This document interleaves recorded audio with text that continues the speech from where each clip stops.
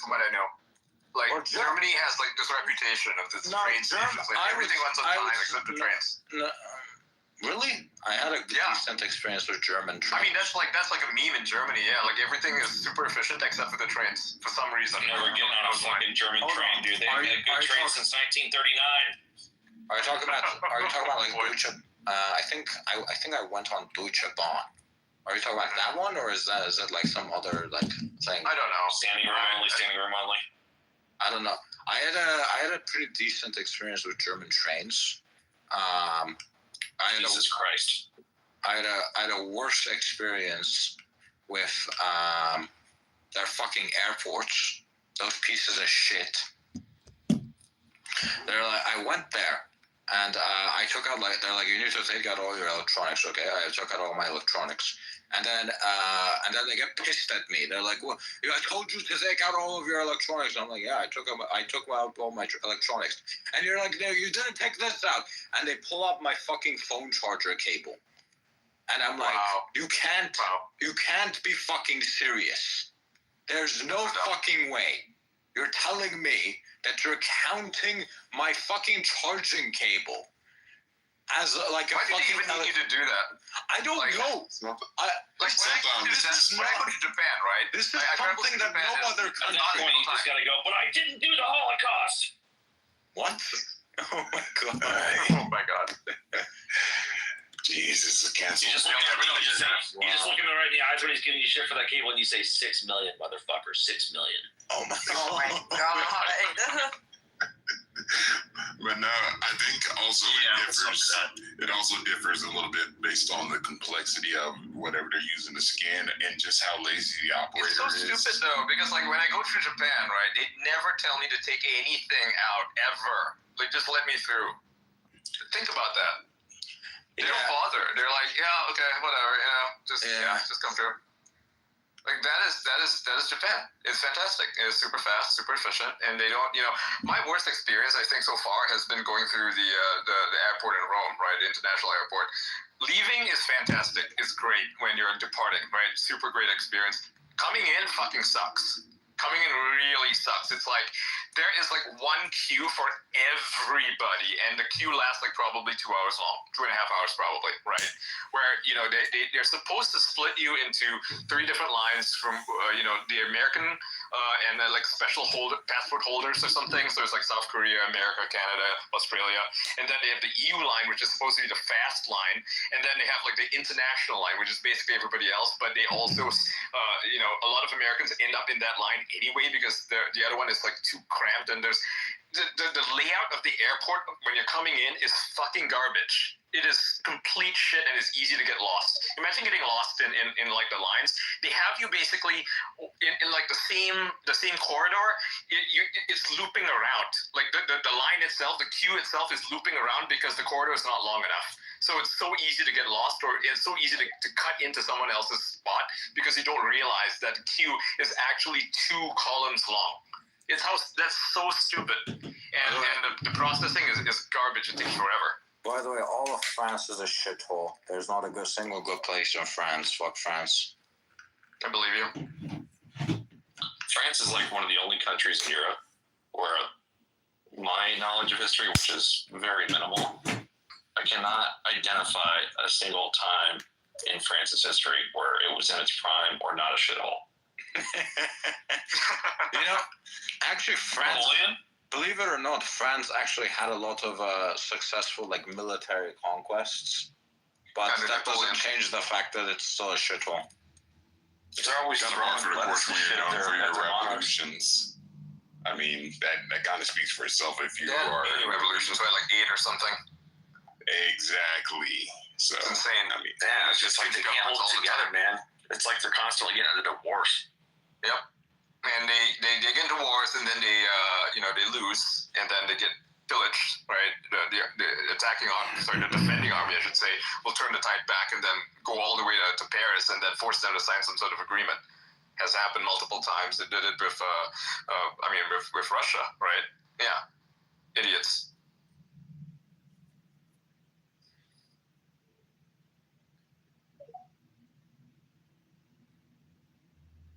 The Eiffel Tower is not that cool.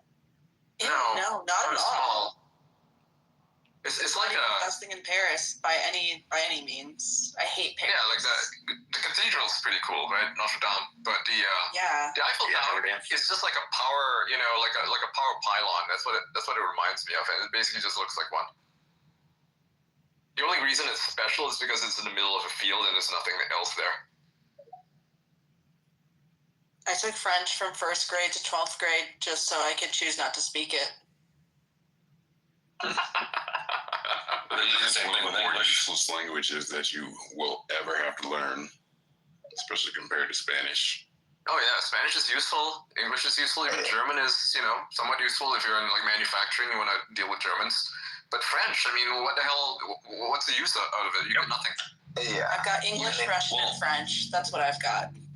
Russian's good. Yeah, it's very useful. Well, the Chinese crazy is thing also too, really good. if you look at the numbers of basically all the Romance languages, there's an astronomically small number of people who only speak those languages in another language with English. So you can look at all the people that speak Italian, and there's a lot, like everybody in Italy, but a large portion of the population also speaks English. So actually, a very small number of people speak these languages. Something like that. And if you measure from that regard, it's almost like they're dying.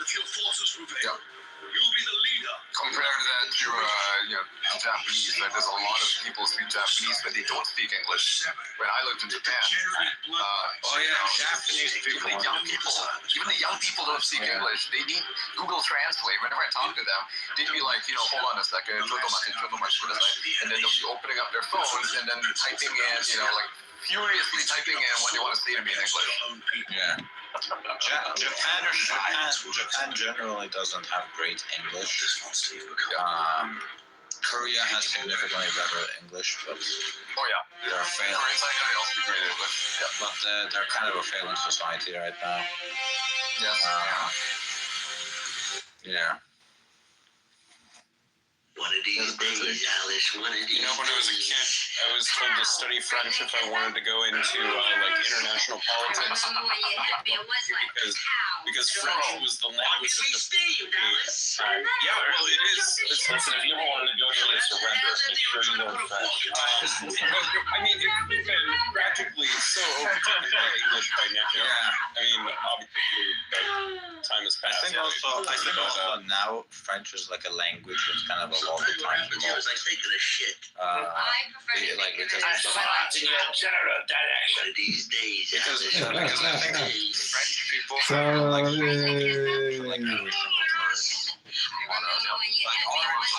our entire economy depends on tourism, luxury products, and fucking the shit out of Africa. That's France's entire economy. Mm-hmm. And now they don't have the third anymore. They lost all of it to Russia. Wait, what? What are you talking about? The African countries, they all revolted. They No. kicked out their French puppets. A lot of them are still French puppets. Are they? Yes. I mean, my understanding is that they are. That's why the whole thing in Niger. Have you been to Zimbabwe? It's all foie gras. Everywhere you go, foie gras, foie gras. The French own it, man. Yeah. French, I think I saw something that's like 25% of like France's economy still comes from like indirectly through Africa or something like that. Yeah, they're ripping people off with their uranium and stuff. Yeah, exactly. And they also control their currency. Okay, that makes sense. They also control their currency, and also whenever like something happens that doesn't benefit France, problems start arising in those countries, and it's kind of like colonialism, right? Yeah. I mean, it is colonialism, right? It's yeah. a relic of it. Yeah, and they still control these countries, right? But now, since these countries aren't technically owned by them, they're controlled by these dictators, which France itself are kind of popping up through aid. And because it's that situation, they can basically not invest at all in actually making the countries function properly. Because if it was actually, if they were still owned by France, they would actually have to start like putting in effort into making sure these countries start functioning properly, right? Yeah. But Yeah. since They just take the resources. yeah, then now it's just now it's like for them it's better, right? They don't have the image issue of France isn't properly investing in these countries. We just take the fuck whatever the fuck we want out of these countries, and there's nothing they can do about it. You know, every single example of like a successful country in Africa has like completely been destroyed. Yeah. It's very interesting. I feel like the French did a really poor job when it came to colonialism. You know, you have Vietnam, you have the African countries. You compare that to the British. They have success stories. You know, they have Singapore, they've got Malaysia, they've got India, right? And you look at the South American countries, the ones that were like ruled by the British. I mean, they're pretty good. In America, obviously, it's like they actually gave a shit. You know, they actually gave a shit and it installed proper infrastructure and systems and legal systems and education, and they cared about their populace. I'm not saying colonialism is like this magnificent thing, but at least the British tried, right? And to an extent, they were pretty successful. The French never bothered. They didn't give a shit. I'm still trying to get over this notion of one government controlling another government's treasury and being able to print. Like, that explains so much about Zimbabwe's economy. It does, yeah. Yeah, because like if we could outsource our printing, like we would do exactly what we're doing, except we'd be dumping all of the economic consequences somewhere else, and we'd do it with impunity. It'd get even worse. It's exactly what's happened in Zimbabwe. Their currency is inflated to shit. It's fucked. The French have a lot to answer for. I mean, I don't mean to derail the conversation, but I have a question with regards to Tesla. Like, how much? I mean, I don't know if you guys have seen the clip of Elon talking about a fleet-wide hack of Tesla, which would be the end of the whole industry, kind of thing. I mean, how much do we know about the sort of the software architecture of how Tesla works, like, and how secure it is? Like, I mean, I know a thing or two. Like, I mean, they have their own bug bounty program and whatnot, but do we know anything else? I don't think they talk to each other in a way that stupid Netflix movie makes it seem, right? The one where all the Teslas get taken over by AI or something, by a rogue hack. Yeah, I don't think it works like that, though. I wouldn't be worried at all. By the way, have any of you heard about Katanga? Katanga? Sounds kind of familiar, but no. But illuminate me. There used to be a country that in Africa that was like semi-successful, actually. They had like infrastructure. They had like split off from the Congo. And the founder and like the leader of Katanga was basically this capitalistic guy. And the Congo was, I think, the communistic government. Yeah. And they were actually decently successful. They managed to build a lot of infrastructure. They had white people coming in and also like leading people. You know, they had factories actually building things. They were actually a decently successful country. And then basically the UN peacekeepers came in and they basically overthrew the government and they handed it to Katanga. Handed Katanga over to back to the Congo. Wow. Gross. Actually gross.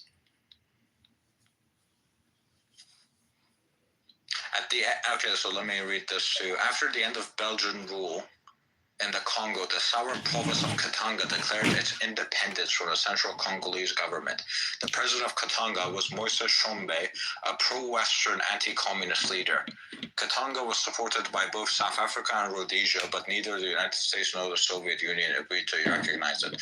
The two superpowers supported the centralized Congolese government and its communist-aligned leader, Patrice Lumumba. Katanga was better administered and more prosperous than the rest of the Congo. Skilled white technicians supervised large numbers of black factory workers who made better wages than they would have done anywhere else in the country. With the support of both the US and the USSR, United Nations troops crushed Katangese resistance and forced it back under the thumb of the centralized government. So essentially, they did to Katanga what they did to Rhodesia as well, right? Rhodesia was a relatively successful country. It didn't last for very long, but that's because both the United States and the USSR decided they were going to crush it. Yeah. Like that's what actually happened with Rhodesia, in which eventually. What's Rhodesia called now? Wait, It is? Okay, thank you. Yeah. Pardon my ignorance. yeah, but Yeah, it was a wasn't the UN also involved in the fall of Katanga? And I'm Yes. kind of thinking about Yes. it. Yeah, no, that's what it's Just kind saying. of skirmish. Yeah, that's what it's saying. According to American anti-communist groups, the UN troops had originally presented themselves to Shombe as peacekeepers and vowed not to take part of Katanga's internal affairs.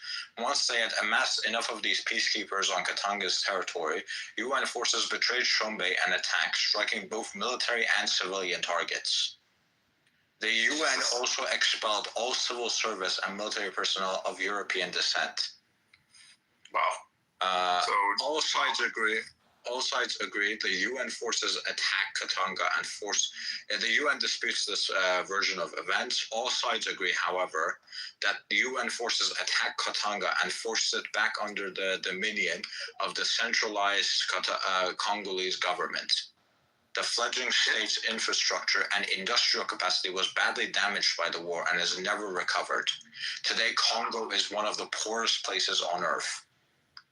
they did this so they could exploit it. Both the USSR and the United States decided that they were going to exploit all of these territories, Katanga being one of them, Rhodesia being the other, because they didn't want these countries to become autonomous, self-actualized, right? And it didn't matter if the people running it were white. They were white, right? It didn't matter. They were like, no, fuck you guys. We don't want a competition. We don't want Africa to rise as a continent. We would rather it be subservient, as it is today, entirely subservient to the West. The United States, France. What a lot of people don't recognize about Africa is that for like a civilization to progress properly, you need domesticated animals. Proper like domesticated animals that you can use for farming and you can use for food and you can keep in herds and they breed very easily. There was very little of that in both the Americas and Africa, and it was exactly. When you look at it, where were like the only places on Earth where that was actually China and Europe and Asia, Yep. right? Yep. Which is why those two places developed as much as they did, and you saw Africa and the Americas didn't really develop that much because they didn't have access. Animal husbandry led to the taming of the horse, and that enabled these civilizations to march vast distances versus be confined to a 2-mile radius. Exactly. And Africa had the zebra, but good luck fucking taming a zebra. Yeah, you can't really. Untamable. Yeah. Man. It also doesn't help that nowadays Africa is artificially kept down through foreign aid, right? A big portion of U.S. aid is to simply keep them down. They give them money so that they don't farm on their own. There's no requirement for them to farm, first of all. Secondly, they lose money. If they open a farm there, they're not going to make any money because what are they doing? They have to compete against free food. How can you compete against something that's free, right? The United Nations gives them free food. They're going to take the free food. So they are artificially kept down and prevented from advancing, from becoming, bettering themselves. They don't develop skills. A lot of their best people are simply, taken by other countries, imported. Yeah, essentially. well, that's like I said, that's the crux of the whole brain drain argument. But it's just if you're looking at it from the standpoint of the United States or even some of these post-national authorities, it's almost better in the sort of in the sense that you don't want a nation popping up that all of a sudden is organized, has its own interests that might jeopardize your hegemony or might, kind of throw a wrench in the plans of, the predictable flow of the world. Like, let's say Africa has a lot of developed and powerful nations, and they decided, okay, we want to side with BRICS. Well, now the United States is in trouble because now that just suddenly gave your enemies a very powerful tool.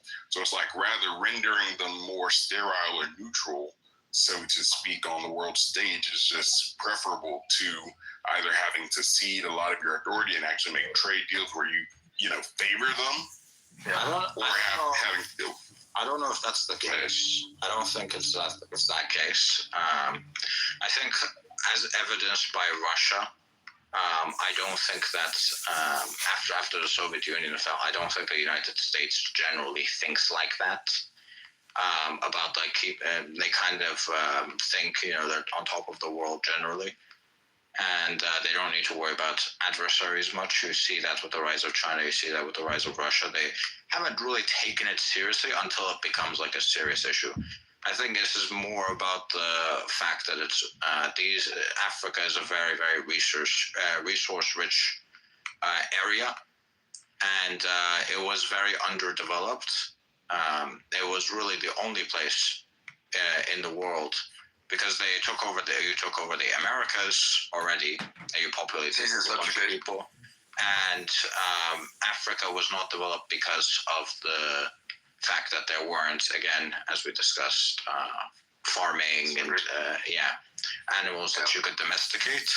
And so considering the fact that it was both resource rich and people hadn't advanced much because of the lack of domestication, it created kind of the ideal place to exploit for resources. So one thing here that, America has severely underestimated Russia and China, right? China more so than anything else because they gave them so much help in 1978, led them into United Nations, and then later on, Bill Clinton did a whole free trade agreement in 1996, right? One thing though that America hyper focused on in the 1980s was the rise of Japan. Japan used to probably be the world's second largest economy in terms of technology. It was the world's second largest economy, yes. It wasn't, and so probably it was actually. The issue at that time is the what's the name of the council? It's like the Chamber of Commerce, U.S. Chamber of Commerce was so worried about the rise of Japan that they put out a lot of propaganda against it. If you ever watch Blade Runner or the movie Aliens, right, or Alien, every corporation in there is Japanese, right? It's like, oh, here's what the future looks like. It's all these Japanese companies, Wayland Yutani, right? That's a Japanese thing. The U.S. generally isn't too worried about this.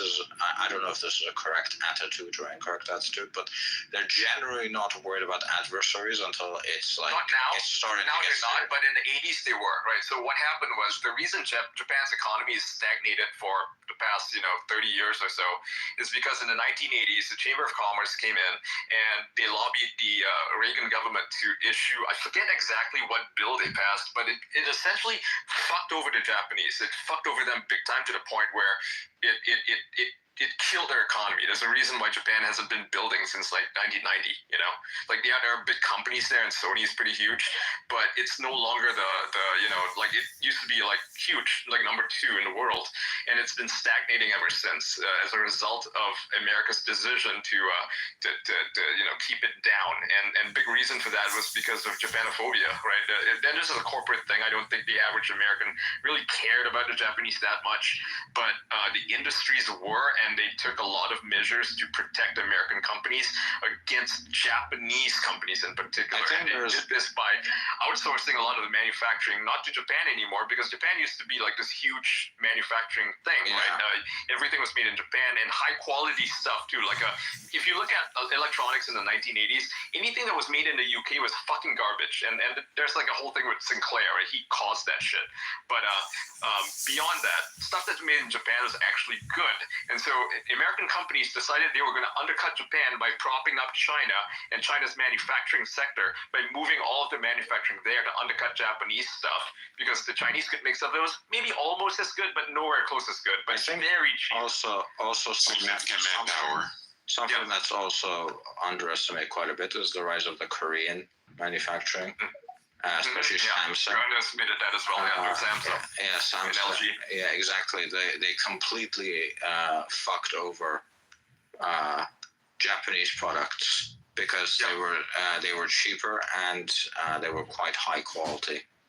Correct. Yeah, that's right. Into the 90s, when the economic miracle finally began to wane, that's when you start to see a lot of the other, not necessarily adversaries, but their neighbors start to rise up, and that's a common tactic. Balance your, not necessarily enemies, but balance your rivals against their regional rivals, and then allow them to compete, but do so in a way where you're sort of putting your finger on the scale. Also, you have to consider that South Korea literally benefited from the biggest demographic dividend of any country on earth, which is usually if you look at like the pyramid of like the population, you have what you're supposed to have is that the youngest people are the biggest proportion, and as you go up, it starts dwindling and, until there's like no people left at like the very top of the age. That's called the population pyramid.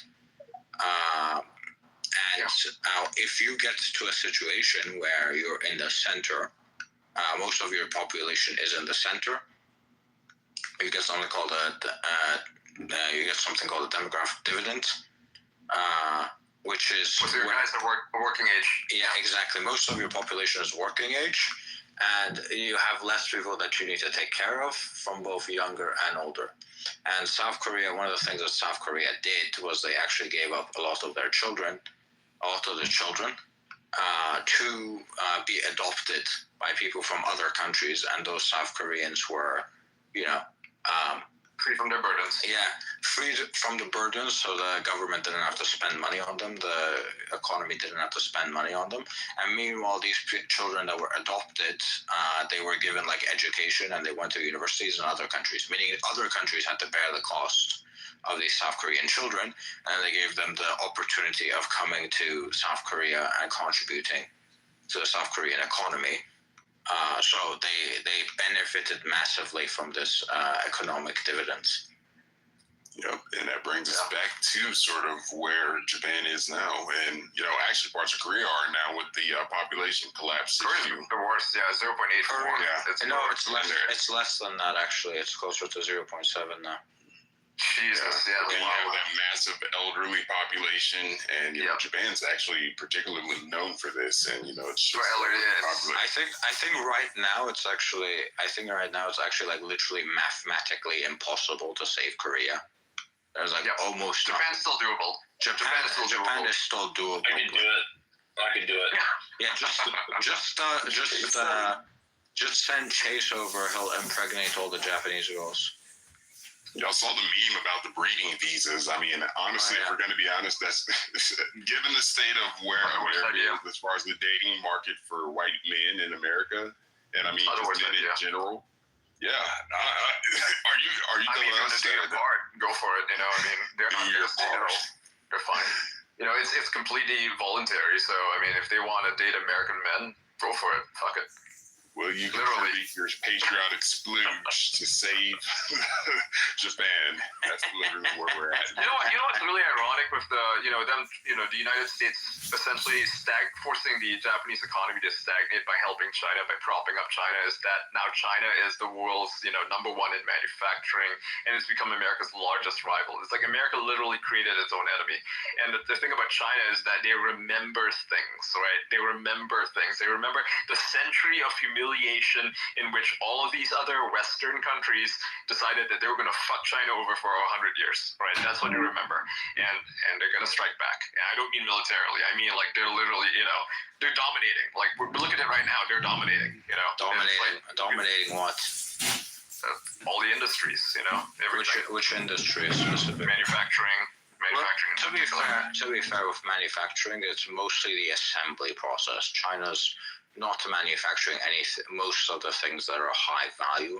They're not designing it, for sure, no, it's not just a design. Well, no, just in general, the thinking problem, just in general, making it as well. Like a lot of the components are actually made in Europe and will always be made in Europe because the level of talent and precision, it's like, No, a lot of the stuff is made in Korea, a lot of the stuff is made in Taiwan, a lot of the stuff it's Yes. Japan. Yeah. It's But not mostly made in depends. Europe. It depends on what you're Most looking of at. it is made in Europe, but not most of it. I will say though, It depends on what you're looking at. It Yeah. depends on what you're looking at, I guess. Yeah, obviously with some things you would want something from They've got a lot of Siemens. capital, though. You know, that's the thing. They can prop up a lot of industries in ways that other more democratic governments are unable to do. You know, like I they think can there's a literally lot decide more. what's What's nice. my This is a okay. So this is a very I don't mean to I don't mean this as an insult, but this is like a very leftist like argument, right? Where they're like just give more money into this and that will fix it, right? This is like you can't just throw money at something and have it like fix whatever issues. Well, they have economies of scale, though. That's the thing. You know, like they don't have to make things to be bleeding edge. They just need to be good enough and sell really, really well, right? If you look at the EVs that they sell, like in Europe, they're taking over the European car market. Oh yeah, with right? the EVs, actually, I would say they are leading, They're actually really especially with the They already battery saw some. technology, especially.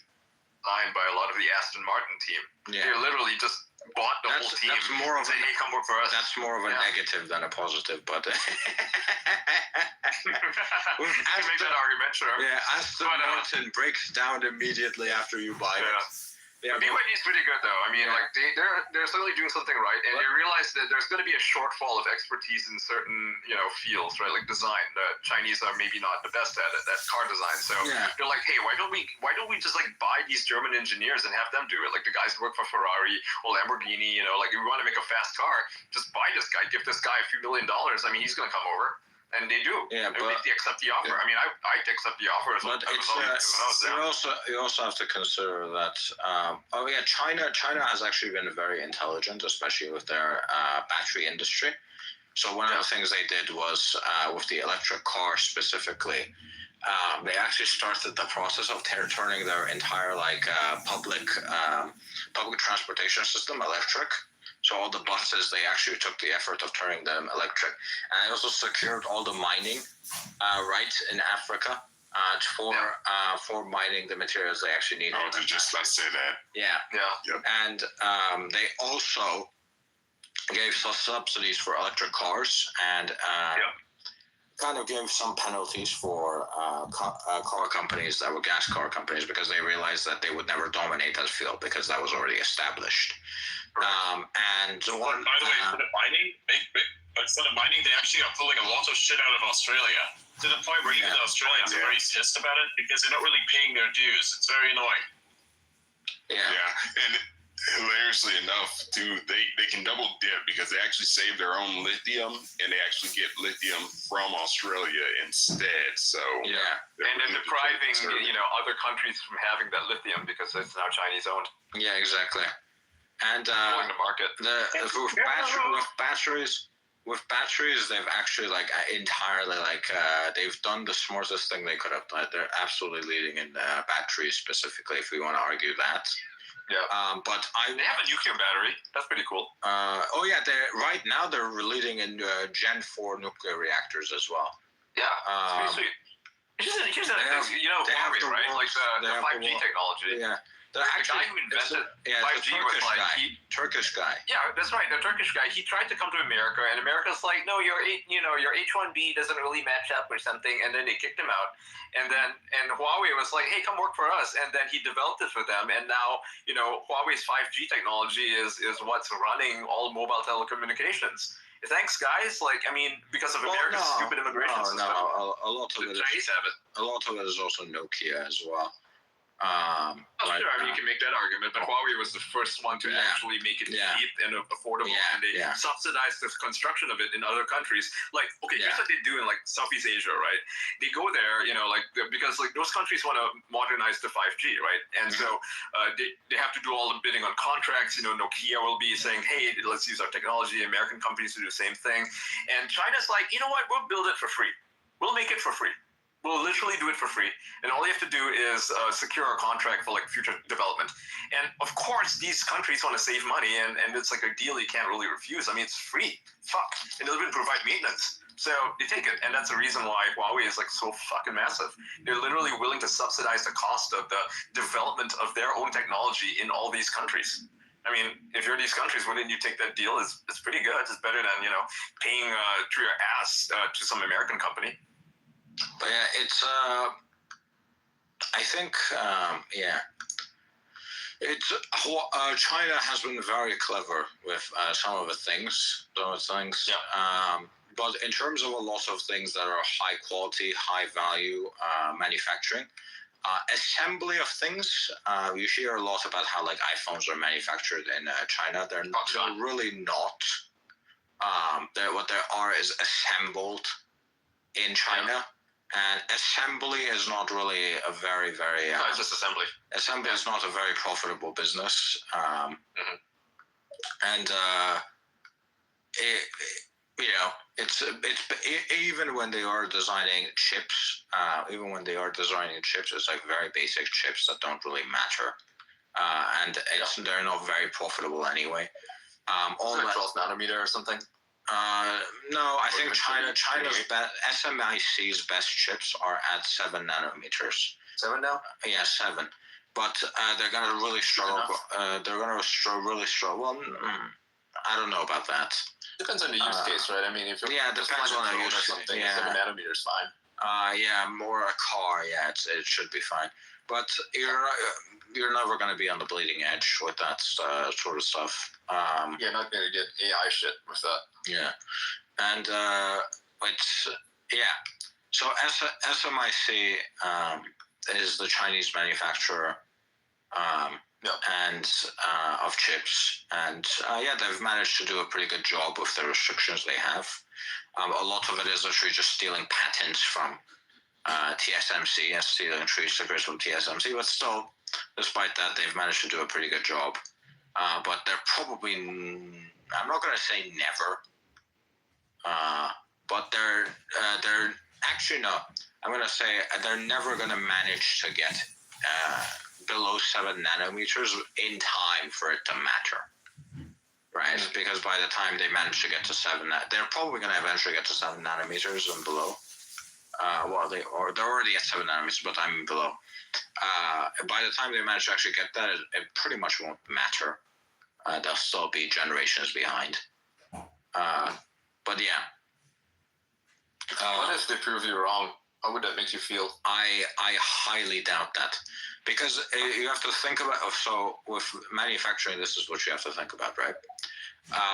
So the best optics for the ASML machine has to be produced by Zeiss, right? So that's a company with the world's best, specifically focused on that, and ASML has to have all of that, right? It has to take all of that and build the EUVL machine, which, by the way, some dumbass told me some random mechanics in America could make that work.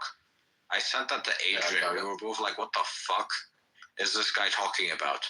He's like, oh yeah, it's not that difficult.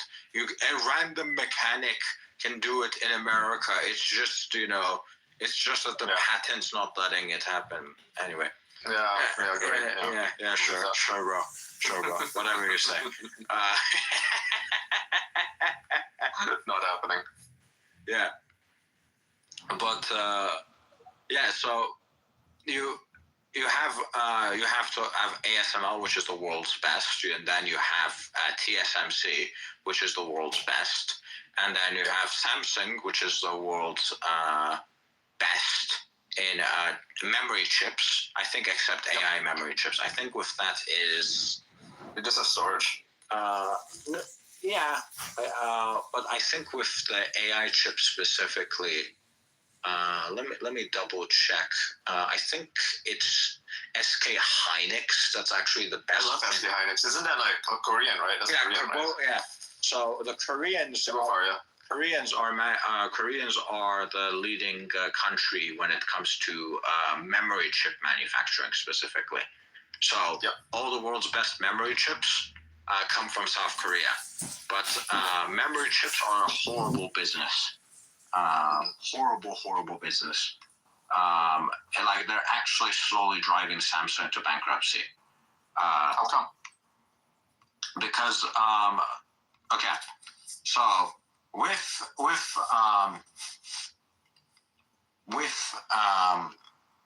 chips like from TSMC. Oh, hold on. Before we even get to that, let me finish the point I was trying to make. We're kind of getting off topic. Yeah.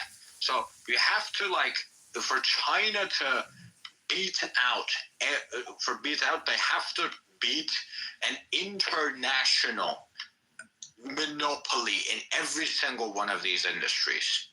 Yeah, the For chain. China, the entire chain. China has to beat all of that and also reach the scale of TSMC. So semiconductors are a very winner-takes-all business, right? Yeah. The bigger you are, the more easy it is to actually run the business. Right. And the easier it is to win, because you literally do better. You literally get better chips as you produce more chips, right? So how exactly are you supposed to compete, right? If you're small, right? Because you can't. You can only produce better chips if you have the scale, right? So if you don't have the scale, you're automatically not going to produce better chips. Right, so it's a very very winner takes all industry. So that The one shortcut, I would probably say the one shortcut would be if they finally, if they develop the infrastructure around in order to have enough money to maybe match EUV lithography technology and then take Taiwan all together. No. Then, boom, they just sort of shortcutted it. No, because TSMC already has turn-off switches for all the machinery, so that's there in case The DoD Taiwan. forced them to do that. Yeah. The DoD literally forced them to do In it. case They got really mad. Yeah, in case Taiwan gets invaded, they want to make sure that China doesn't get shit. And even like I said, even if China discovers an alternative to EUV, which actually I think Canon already has, that's also cheaper, but it's slightly worse. But even if they discover an alternative to EUV, or they just say fuck it, we're gonna ignore the patent.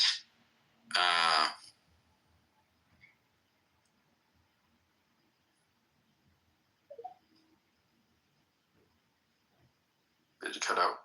Oh shit. No, I didn't cut out. Someone sent me a DM. My app died. No. So it's just and on top of that, you also need the scale to actually be able to compete, and that's really where they're going to be struggling. So by the time they get EUV machine, not to mention each generation kind of adds on to the previous generation, right? So if you're just skipping generations, you're going to miss out on a lot of knowledge of how to actually make these chips properly and how to get your yield up, which is going to make your job a whole lot more difficult. That's actually one of the things that Intel is struggling with right now, because they're skipping a bunch of generations, meaning they didn't actually learn anything. They don't know how to implement Vcache properly. Yeah, it's a lot more than. I mean, this is one of the examples, right? Because they are literally trying to skip a generation ahead of. They're trying to skip generations. They're failing to. Yeah, because but they never did what go EUV did. smaller. So back to the memory chip business. The memory chip business, unlike the chip business, like semiconductor business with the CPUs and GPUs and whatever, it's very, very, very. It's very dependent on basically just basic specs, and that's it. Right, so what's the memory speed? What's the clock speed? What's the cache? What's the, specifications? It does not really fucking matter if it's from Samsung or if it's from SK Hynix. So because it's a business that's very profitable. But it's a business that once you've made the technology, it doesn't have a moat. Right. So anyone that has that can make it to the same level. It's just done. Yeah. Right? Yeah. Yeah. So It's a race to the bottom in terms of cost. Samsung's I think Samsung Electronics, half of its like revenue comes from like the chip business, but 90% of its profit does. Right. So they always have to constantly reinvest all their money into this over and over and over again, because they're always like at risk of losing the memory chip business. But they have to they always have to continue doing this, because this is like their pretty much the only business that's keeping the business afloat. Yeah. Their memory chip business, because their semiconductor business with competing with TSMC isn't going super well. Right. Yeah. So you don't really hear about Samsung chips very often. exactly. If you do it specifically with memory chips, because that is a very profitable business. But again, there's no moat around it, really. What do you think of all these smaller memory companies like Lexar and Patriot and Kingston and they're all buying their memory. They're all buying their memory chips from. So they're just adding their bullshit onto it, right? Yeah, like it's just exactly. marketing. Yeah. They're not actually manufacturing their own memory. They're buying it from other companies, and they're just putting it into RAM chips or whatever. Who makes the controllers? Like what is it, a Phison or whatever? Yeah, on the memory chips that they find on the on hard drives. Who makes those? I don't actually know. Yeah, I think it's Phison. Yeah. Let me check. Because I'm curious about that. I always hear about Phison. I don't hear about other companies, but I do know that the Chinese have like a few of their own, and they kind of suck. So if you want really shitty controllers, then get a Chinese hard drive, and it's not fast or anything. Even though it might be using Samsung memory, the controller is what controls everything. Mm.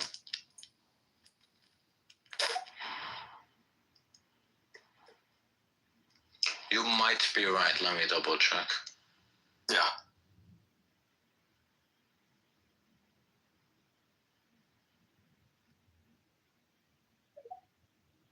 But if it's with Samsung specifically, Samsung has their own. Yeah.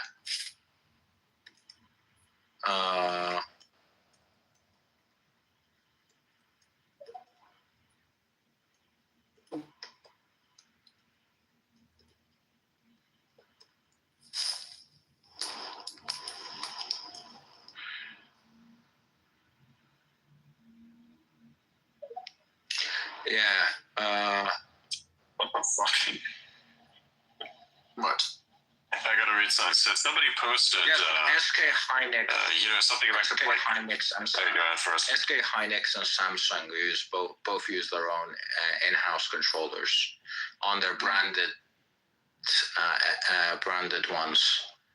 But the ones that SK Hynix sells are often used with Phison controllers to other companies. Yeah. Yeah, like Western Digital and stuff. Yeah, and then they assemble it all together, and they got the WD Black, for example. That's not. So what were you saying? That's more. Actually, that's a bit different. Those aren't really memory chips. Right. Yeah. Those are actually. There's recently been recent technology from Seagate that was quite interesting. What have they done? It's called HAMR. It allows for these HDDs that have over 30 terabytes. Wow. Yeah. How durable are they? Heat-assisted magnetic recording. Interesting. Yeah. And how fast are they compared to an SSD? Oh no, they're definitely slower than an SSD, because they're physical storage. Then No, I think they're still faster than a typical HDDs. But those are like crap. Yeah, But because SSD is literally just a memory, right? It's literally just memory. But with These are controllers that determine these, where the there's like information is. there's like a physical disk that has to spin, right? Yeah. So Yeah, because of that, that's much slower. You get much slower speeds. So I'm guessing the advantage of the HAMR would be its longevity, like the read-write cycles, or No, it just What are we talking? so Storage the space. biggest one is right now is storage space because if I remember correctly, I haven't checked in a while, but like the biggest ones before were like 16, 18 terabytes from Seagate, and this would be like 16. yeah. So this is like this is 30 plus terabytes.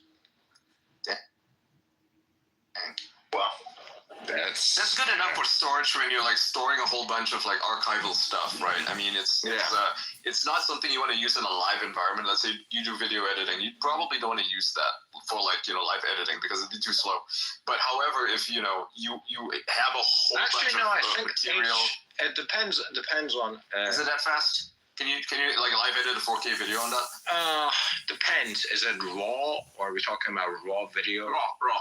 Of course, raw. Probably Yeah, not MP4s. raw. Yeah, exactly. Yeah. Raw probably not, but MP4s, it could handle MP4. MP4s for sure. Yeah, if you want to just make a, I don't know, like by the one way, of those by the way, network things. By the way, MP4, this is kind of like MP4 isn't really a format, codec format. It's more of a container format.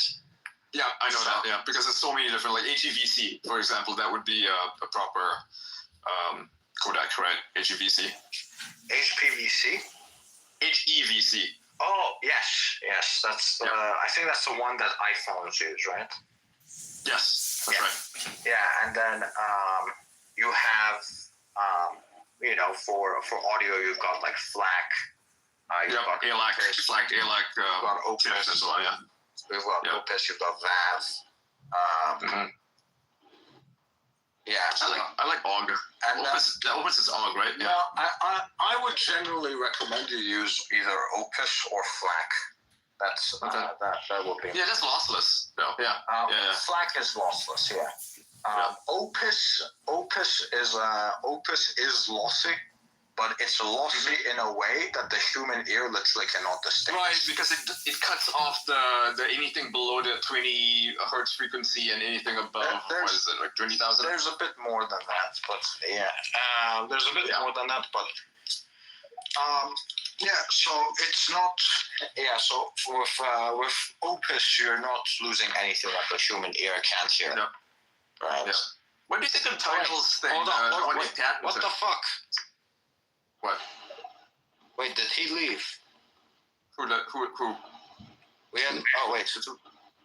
Oh wait, hold on. I love this guy. I'm gonna bring him up.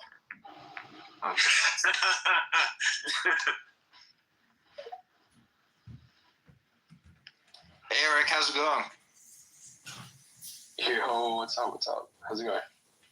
Yeah, this guy's hilarious. Nice. Appreciate it. really is he? I haven't seen you before. So, what do you do? Me? I run a company and then a fund. Huh? Oh wait, is that you? Wait, I've seen your like tweets all over. Big fan. Thank you. And then I Just also a bunch of real idols. I don't know if you guys know or Lonsdale and Elon. I go to their school, so that's the other thing I do. Oh, cool. Nice. Was it University of Pennsylvania or what? I forget. No. Which one did you go University to? of Austin. So they sell.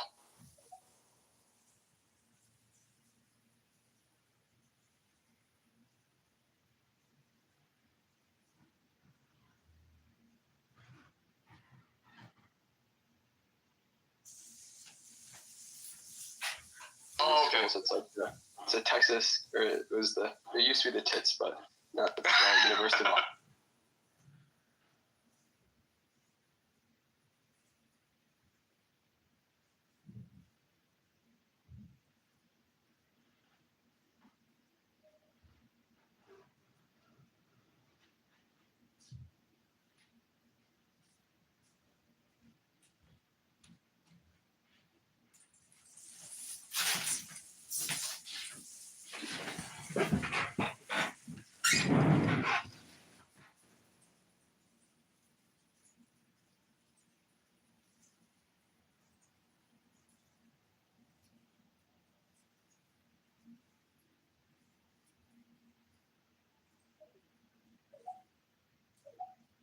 about anything else, I shall do so. Again, single file order line.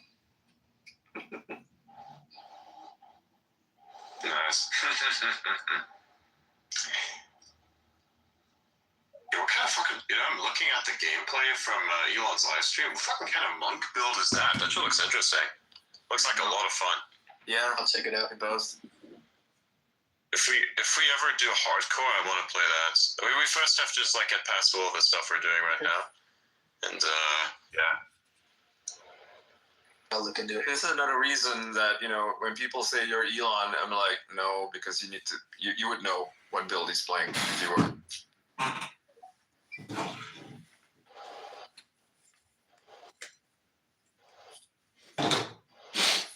Right now I'm going back and looking.